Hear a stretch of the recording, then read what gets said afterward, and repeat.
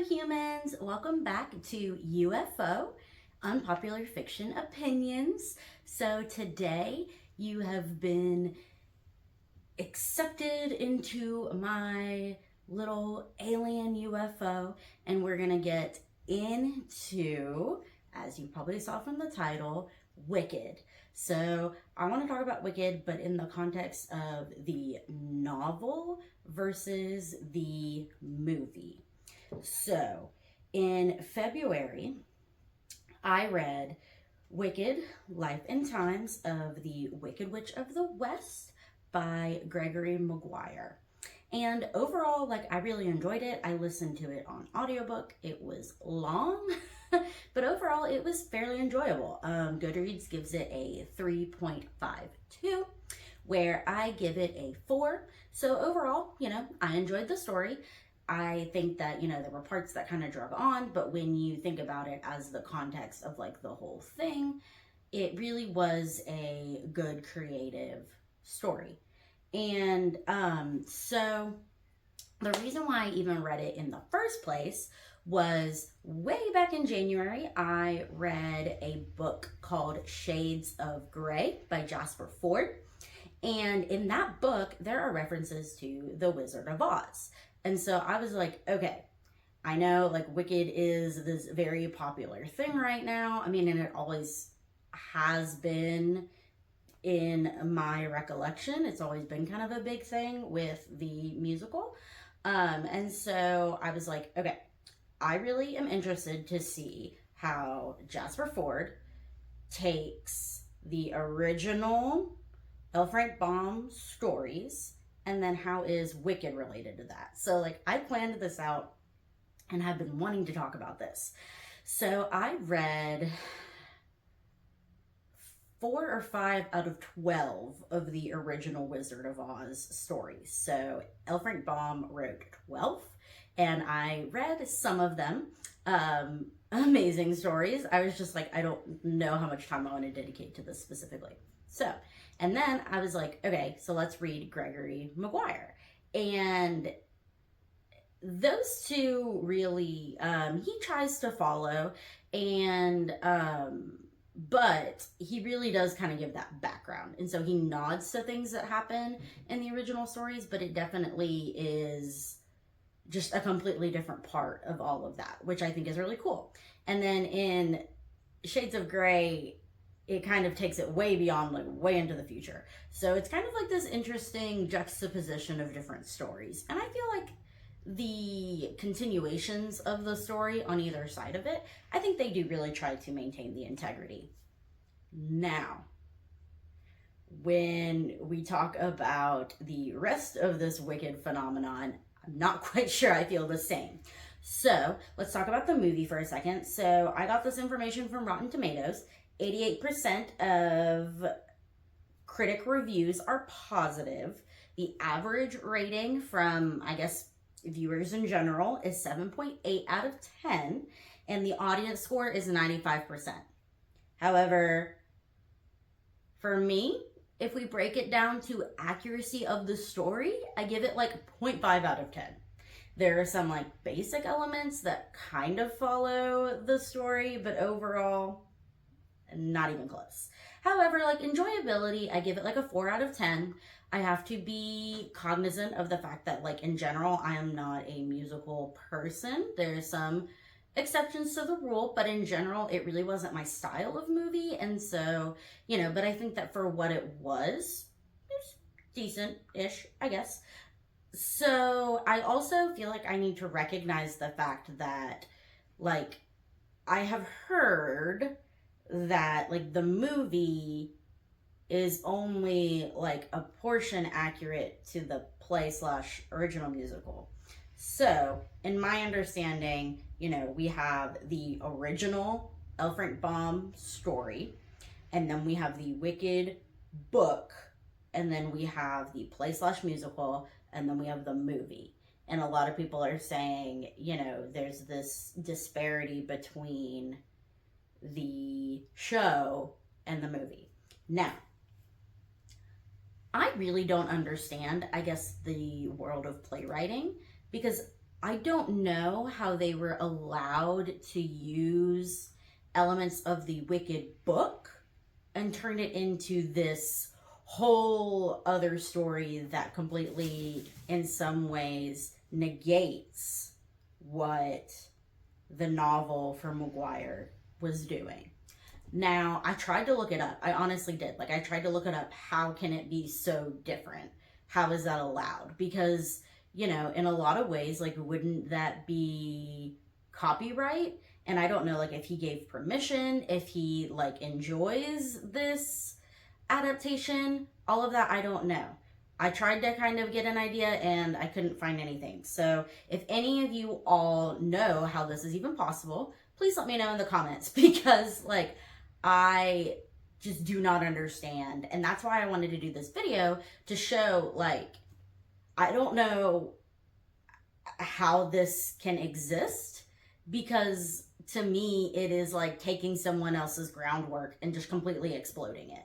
So I honestly like loved the original story a lot more. Now, I know that maybe people are going to say, well, you should, you know, see the play / musical, like see the show. And it's like, I'm not going to pay that much money for something that I don't care that much about.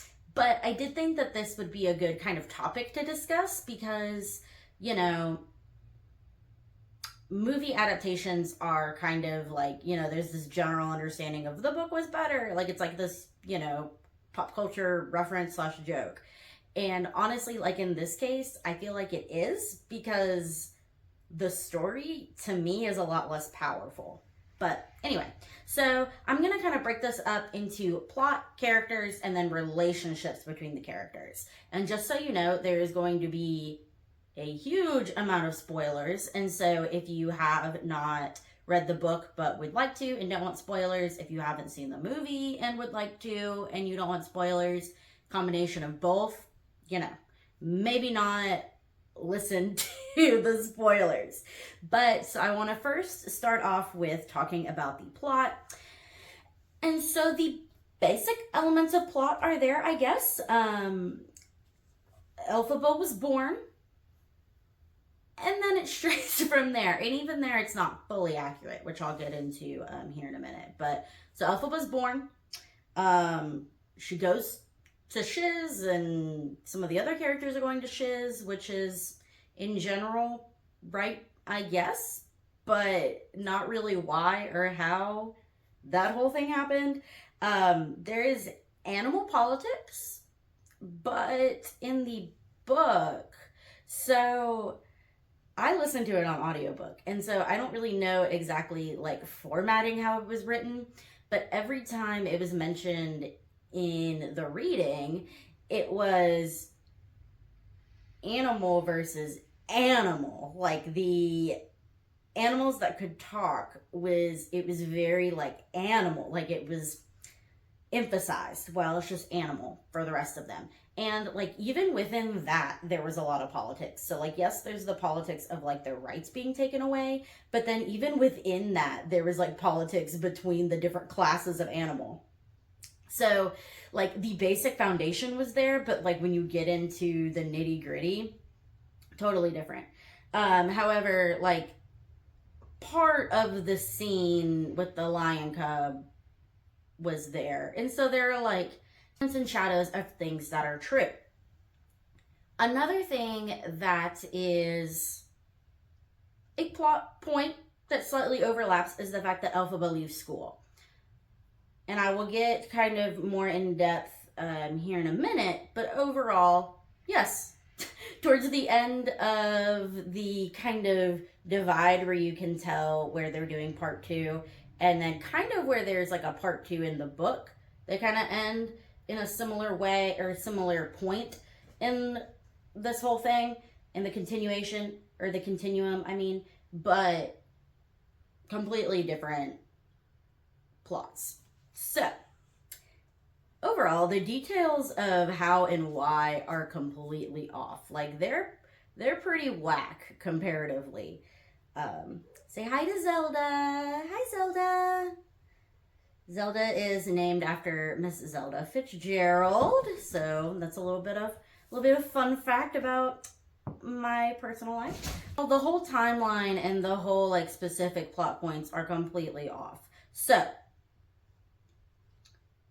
there's a lot of background in the book about the circumstances surrounding Elphaba's birth and her growing up. So it's not really quite fair to unpack that fully because I know there is not the time for the movie slash, the musical to go into all of that. Like the audiobook was like 20 hours long. So I recognize that whole background, while it's important for the overall understanding of Elphaba's character in the book, it really doesn't necessarily have a huge place here. So we're going to start with Elphaba going to Shiz. So Elphaba going to Shiz in the book, she is going. Like, it is not they are accompanying Nessarose. Like, in the book, she is going to Shiz. Like, she goes all by herself. No escorting, no family going with her, all by herself. And then, like, at the same time, you see Galinda arriving, and all of the girls are expected to have an ama with them, and that is essentially kind of like a maid, chaperone kind of situation. So there's like this whole blow up about how Galinda has an ama, and she gets hurt, and so she's not present then. And so Madame Morrible says that, and that's a whole other thing, says that Galinda needs to room with all the other girls that don't have an ama. And so this is like kind of like a class thing too, like showing social class. And Galinda's like, no, I have an ama. And then there's like this whole exchange about how she can't be with other girls, so she needs to have a solo room, and yada, yada, yada. And it essentially ends up with her getting placed with Elphaba and then them sharing an ama. So it's like this whole thing. So this whole drama. And so really, like, yes, Elphaba is different. And so you have that whole dynamic, but then it's also this, like, so yes, there is that fact that they're roommates, but it comes from a completely different context. And then another point that I think it is actually very telling of how things unfold is that boys and girls are completely separate. So it's almost like they're in like separate schools in a way. And so like there is a point where they meet Bach in a completely different context. And then like they start meeting all these other boys, but they don't like interact with them regularly. So that's very different. But like overall, like relationships build, whatever. A big point that turns the tide of the whole school situation is that Dillamond is actually murdered. He isn't just told, can't be here anymore, and like taken away. He is actually murdered. And so that sends Elphaba off on this like huge mission and to get like justice for him. And so it's like this research frenzy. That is really when her and Bach build a relationship because he's helping her. And it's just like this whole thing. So like research frenzy, things are wild. And then Nessarose shows up, and their father gifts her these kind of magic shoes. And they are the silver shoes that become very important in the traditional Wizard of Oz story. So Elphaba is like pissed about this because their father like cherishes Nessarose and thinks she is like perfect, amazing, puts her up here while Elphaba is like scum of the earth basically. And so this pisses Elphaba off because she's like, Nessarose gets a special gift that helps her. And I'll kind of explain that here in a minute when we get to characters specifically. But, so Elphaba's like, oh, hell no.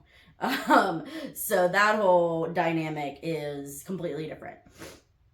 So then things get going, blah, blah, blah. Elphaba, Galinda, and Nessa Rose all get questioned by Madame Marble.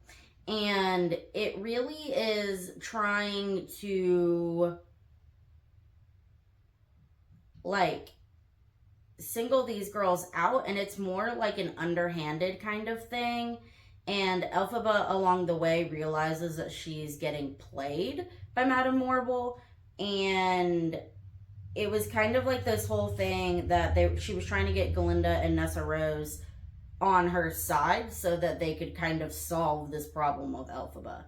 And so like things kind of progress. Their whole little friend group is doing something together, and they want to go to this club. And the club is a very seedy, more rated R situation. And the boys are like, come on, let's go. Or they're trying to get Bach or something. And then the girls come in. The book really shifts perspectives a lot, and not really necessarily in first person, but it's like kind of you get these glimpses of what's going on and how these stories are interconnected. And so like they're trying to get Bach to go, and he's like, I really don't want to. And then the girls get involved, they like run into them or something, and so they're gonna go, and Elphaba's like, no, we gotta go do this other thing. And so I think she lets Nessa Rose go or something. I read this a while ago, so I apologize. And so essentially, though, Elphaba and Galinda sneak off, and they are going to Emerald City. Well, Elphaba sees how horrible it is, and it's just like painted in this very like dreary kind of horrible situation. And she does see like the propaganda as far as the treatment of the animals.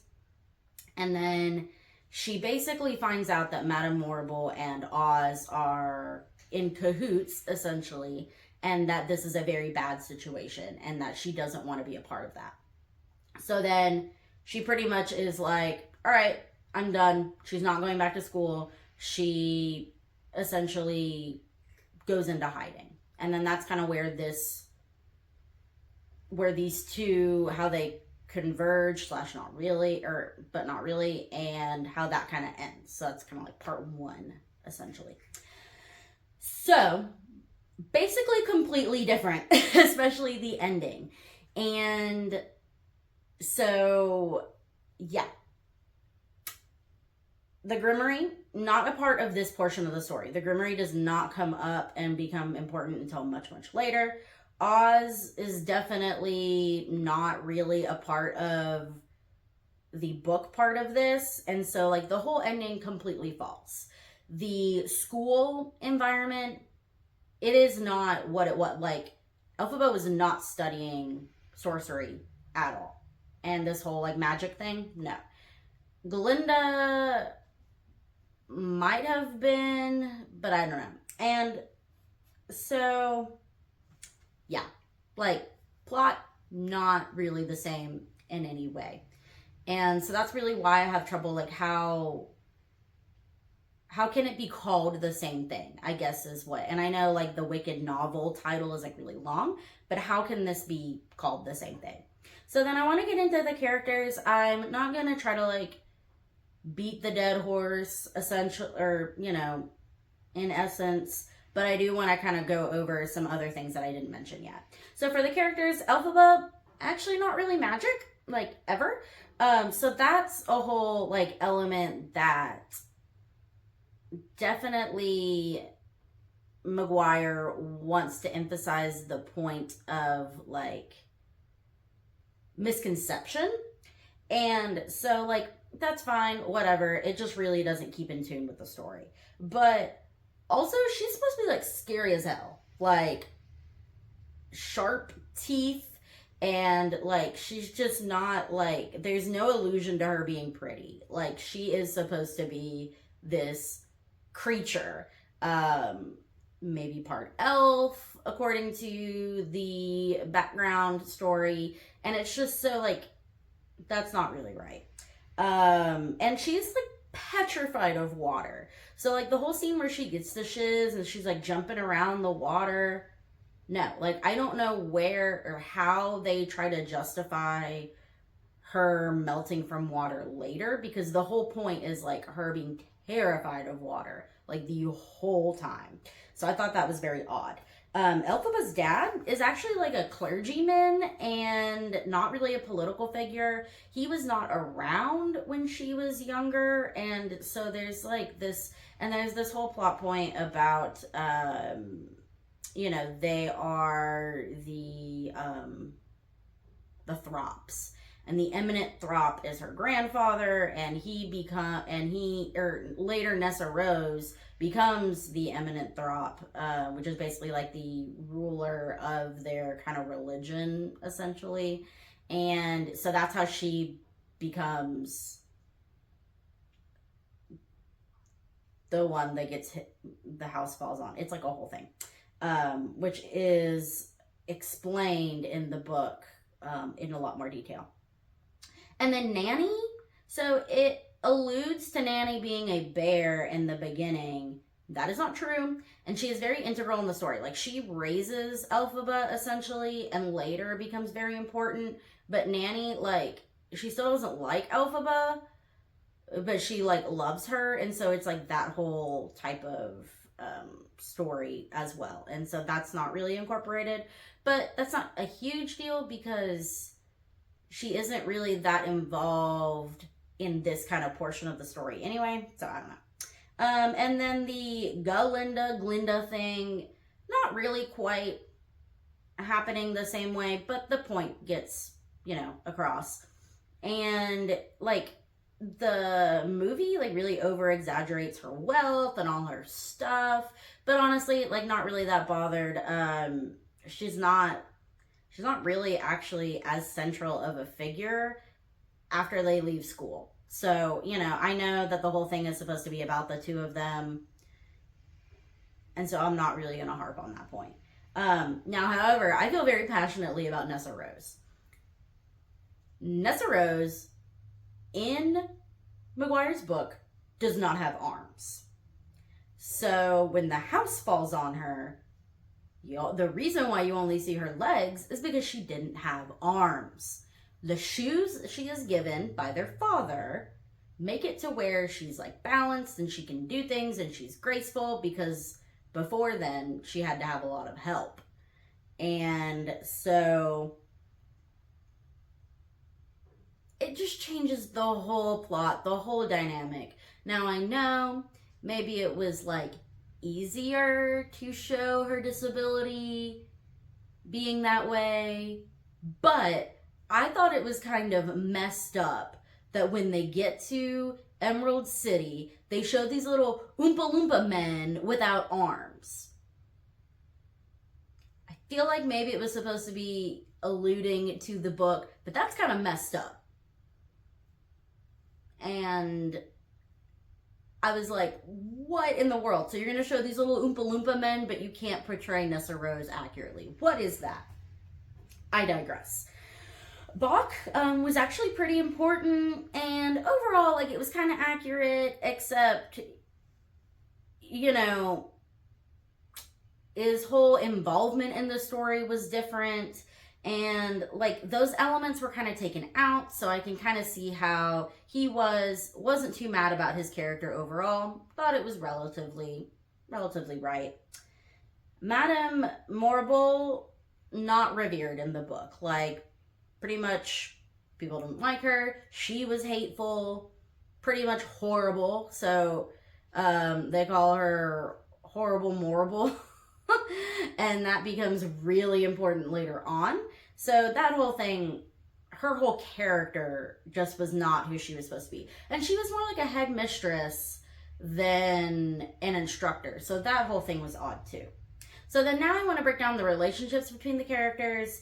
So I kind of touched on Glinda already, but the whole thing with her was that she really actually wasn't that well liked. So like her popularity was very fake. So it was not really portrayed in the right way in the movie. She has this whole drama. So like those two friends that she has, that was a whole huge drama because they were like really fake.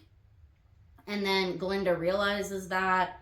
They essentially go on this like retreat, and word is sent to Elphaba that the girls that Glinda was friends with invited her to this like island retreat, and they basically bring her just to make fun of her. And Glinda, it's like a weird like jealousy thing, not necessarily that she wants to defend Elphaba, so they never really become friends in that way. So the whole thing, anyway, she has a falling out with those friends, and it all just kind of like tumbles and snowballs. And so that whole thing was not accurate. Fiyero didn't have that big of an impact in the story that early on. Later, after Elphaba leaves school, she ends up encountering Fiyero, and they end up having a love affair. And then, so that love triangle is actually between his wife, Elphaba, and him. And so he is like this prince, essentially. Actually, he might be a king at that point. I don't remember.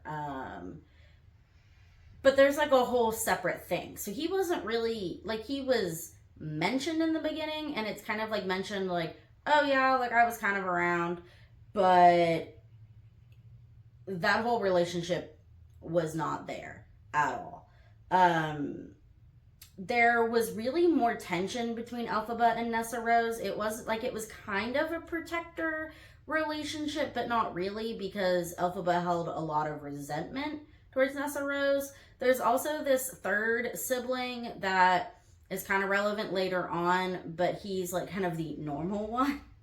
Now there was mention of the fact that the mom consumed kind of like a potion / poison to try to make Nessarose normal, because the mom had issues with having affairs. And they were trying to like cover up to the father figure, who wasn't actually a father to either one of the girls. And so like, but Elphaba, one, I don't think she knows unless Nanny tells her later, but also like she doesn't blame herself for that. And so that's a whole other relationship dynamic that doesn't actually exist. And then another really big thing towards the end, besides just the complete inaccuracy of meeting Oz and just that whole thing that didn't actually ever happen in the novel, is the plot point with Chistery. So it shows Chistery, which Grimmery, not a part of this point of the story anyway, but Chistery comes into Elphaba's life, and it's not obvious when or how. Later on, she shows up at Fiyero's like manor. That's a whole other thing, but she comes with Chistery, and Chistery is like a pet monkey. She is like teaching him how to speak, and that becomes a whole plot point. But he is not one of the flying monkeys in this context. Like, he is not a part of this army situation, and so like that whole thing, not right. And Elphaba and Chistery, like, she pretty much only loves Chistery, and that is shown later on. Now, does he become more important in part 2 of the musical play movie? I don't know, but the point is that is not accurate. Like, that he is not portrayed as a correct character, in my opinion. So I feel like that kind of hits a lot of the highlights of the things that I had problems with. It took me a while to get through the movie, and I don't really necessarily want to talk about the inaccuracies as far as like how characters are described and things like that, other than like things that really affected the plot.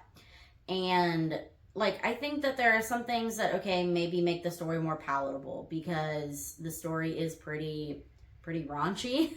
The book actually has been banned in classrooms in my state just recently, and it was probably because the surge in popularity of pop culture Wicked versus like the actual book. Like, I would not want children under a certain age or maturity reading this book. Like, it is raunchy. Like, there were some parts that I was just like, I just got to get through this. But overall, like, it's a good story, really, of how people develop and how they can be misconstrued based on their circumstances. And so overall, like, I really like the book. I did not feel that as much watching this movie. And so I kind of came in with like doing some pre-research and seeing that it wasn't going to be accurate. And so I tried to have as open mind as possible, but really honestly, I was a little biased. And I feel like people who love the musical and like the show, the actual live production, really love it, and I don't know how many of them would change their minds if they actually read the book. I don't know. I know a lot of people, or I know some people who read the book and don't like it as much as the rest, and it's just kind of like, you know, we know which one came first. I don't know.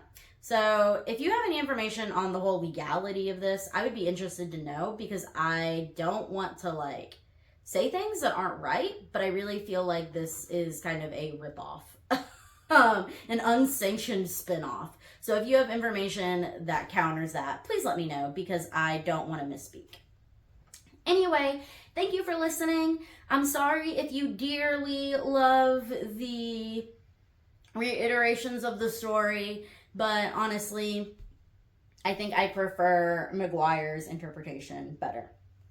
So, thank you, humans, for tuning in, and I hope you enjoy life until we meet again.